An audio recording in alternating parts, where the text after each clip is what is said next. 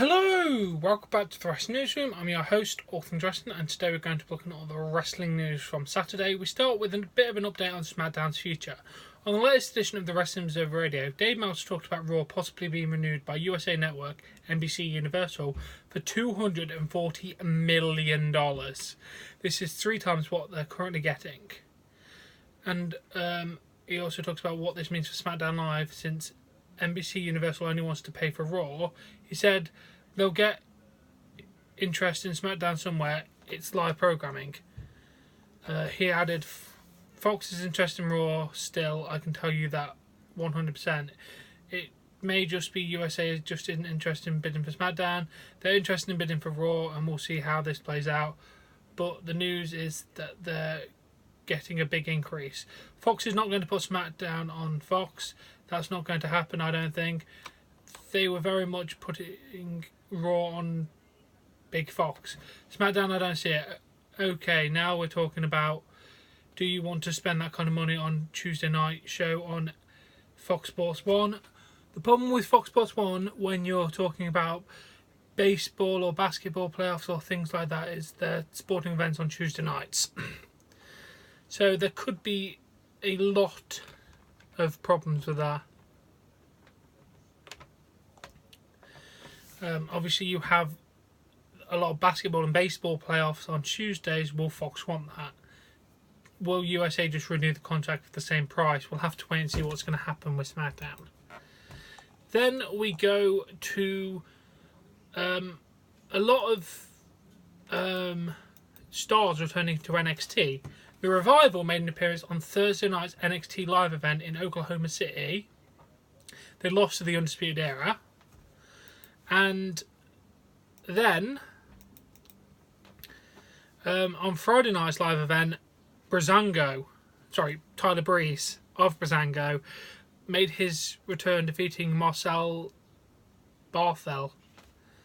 So yeah, 2 out talents are going back. Revival and Tyler Breeze. WWE. Scott Dawson has issued a statement on this saying, guys, I get to live my dream, I travel around the world, I'm able to take care of my family and give them the life I never had, and on top of that, we got to tear the house down last night. Why would I be upset? Relax. Exactly. I mean, I'd love to see them more on the main roster, but right now, what they get. I do like the Revival. There is a big future for them, I believe. And then Brandy Rose issued the following statement on Twitter. I don't wrestle because I have to. I do it because I want to. I love to. I miss countless acting and modelling opportunities to make shows. Opportunities that pay very well and wouldn't crush my collarbone to pieces. Please respect talent's efforts. You don't have to like us all. Fair statement. I mean, you can be critical of a wrestler but I think there's been a lot of hate towards Brandy Rose right now, if I'm correct. So we'll have to see what Brandy Rose is going to be continuing like, because I believe she is injured with a collarbone injury, so she is out for a few weeks. We'll have to see what she's like when she returns. Then we go to a bit of update on Raw. The WWE stock hits a record high. It is now trading as high as $51.05 as of Friday afternoon. This is the first time the WWE stock has ever went above the $50 mark. Damn. WWE is rolling in it right now. They seriously are. And then The Rock announced on Instagram, little nervous signing the biggest contract in my career for Jungle Cruise. He signed a Disney contract for Jungle Cruise. I believe that it's going to be similar to Pirates of the Caribbean, because it's what he says in here. We'll have to wait and see what more comes out about this, but Jungle Cruise, I'm up for this. I think this will be a TV show, movie, I'm not actually sure. Either way, it's going to be good. It's The Rock. Rock does some good work. Then we have a statement given by the rape accuser in the Enzo Amore situation, Philomena Sheehan. I'd like to mention that the post has been removed off Instagram, but it's still available to see online on various websites. Her statement is, "There's no words to describe what this feels like, to know that my rapist is walking away from this free of charges and will continue to be part of society today. I have to say this many times, and I have said this many times and I'll say it again. I did this for sexual assault survivors / victims who do not have the courage to speak up about their stories. For those who feared for their lives and knew that if they spoke up they would be killed. For those whose assailants were family members. For those who were set up to be assaulted. No matter the difference in our stories, we are one in the same. I did this in hopes that by coming out about what happened to me October 19, 2017, and the correct legal measures taken, that my story may end up in a bit of a hope with my assailant being prosecuted. To my disbelief and complete misfortune, that did not happen. So I was mentally shaken up by every way possible after the night it happened, and I waited for 4 days to report it to the police. Hence the DNA samples were taken 4 days old and would have had to survive a shower and regular visits to the bathroom. That is where I messed up in this process, but I don't blame myself. I have been told that I did this for money, fame, out of spite, and for those who believe these things, all I can say is you are very wrong. I am a different person today. I used to have anxiety, but since the incident it has escalated to a much higher level. I have frequent panic attacks. I rarely can handle any interaction with men. I wake up most nights in a complete panic and have to use my coping mechanisms to relieve the emotions. I have PTSD and it shows itself in a variation of ways. I'm married to a woman named Depression and she's my lover. People get jealous and frustrated because she gets all of me. Those days we just lie in bed and refuse to get up. She takes from me the quality of my life, and today she's begging me to self-harm. I have been hiding from my phone all day, dodging the hate, but when I came home it was overwhelming. I wanted nothing more than that release. My favourite coping mechanism is writing, so I decided to share an up-to-date side of my story. Eric Ardent is not innocent and I am a survivor." That is her public statement to him being no evidence found against him. Super Chasney did point out to me that lack of evidence does not mean innocent in this situation. So I'd like to thank him for correcting me on that, because I'm not 100% on the law. But either way, he is a free man who has no charges against him. At this point, it's just now going to be a he said, she said thing again. So I'm done with this story. I've covered it to the best I could. I'm out of this story. We'll never know what happened, and I have no further statement to say on this situation. We then go to Forbes.com is reporting that Vince McMahon is worth $2.2 billion. What is noteworthy is that McMahon is currently worth the same amount of money as his old rival from WCW, Ted Turner. Damn. The man is worth a lot of money. Gotta say that. And then an update on Shane McMahon. He's undergone successful hernia surgery. He went through, for the surgery last Friday in New York City. He's currently resting at home, but he's feeling well and excited to get back to work on SmackDown Live.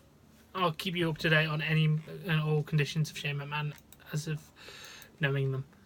And then Nikki Bella responds to claim that her breakup with John Cena is a work. Sometimes people don't realise how you can affect them. It's kind of like when we talk about cyberbullying and they tell them you have no idea you're affecting people. I'm a human being that literally went through a breakup. Everyone's been through a breakup and this is how we feel. So mine has just been blown up and people all of a sudden saying I'm faking it. You're now saying that my heartache is fake and it'll make it even harder. It's just like, what can I do right? That's just really, really tough. I can see where she's coming from. The only problem is how this is all played out. kind of does, on the outside perspective, look like you're working us. I have no other way to say it. It really does look like you're working us. I mean, if it's not, then I hope them two manage to get over it, and I think they'll get back together, but we'll have to wait and see. It's a weird situation, being in the prime light of wrestling as well, where you can't tell what's real or not real. It's kind of not the best thing to have a breakup, is it? Especially as public as you two have made it. John Cena and Nikki Bella have made it so public with all the statements, all the interviews, the reshooting, the Total Ballas ending in the season. Everything is what makes it look fake. I don't know. It's a tough one.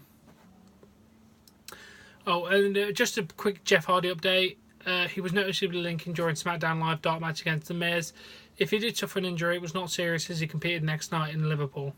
So Jeff's fine. And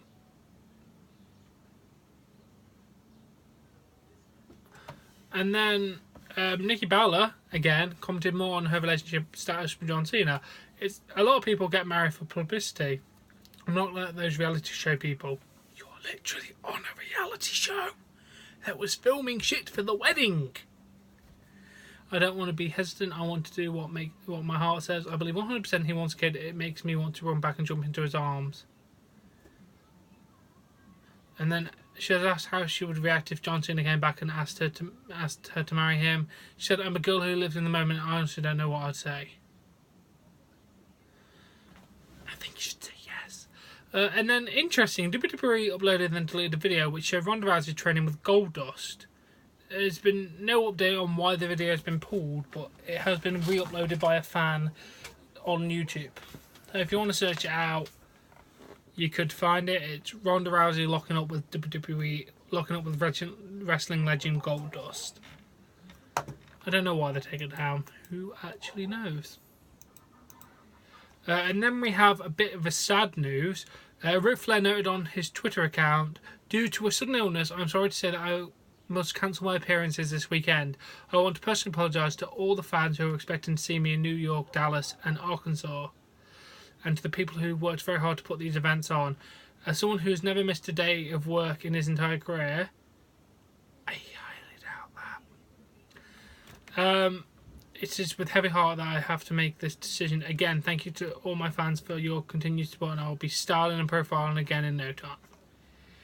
At this point, it's not been said what this illness is, so best of luck, Ric Flair, with whatever you're dealing with. And more UK tournament people have been announced. Progress champion Buzzsaw Travis Banks. Ooh, I like Travis Banks. Flash Morgan Webster, Jordan Devlin, Tucker, Drew Gulak. Wait, Drew Gulak. Is he English? Ashton Smith, James Drake, and Tyson T-Bone. It's getting stacked. I'm liking it. And then I'm only including this because it's a wrestler. CBS News is reporting that former WWE star Tony McGee was violently assaulted outside his home in Los Angeles this week. He was a wrestler for WWF in the 1980s and suffered a broken jaw, eye socket concussion. The fight was allegedly over a parking spot.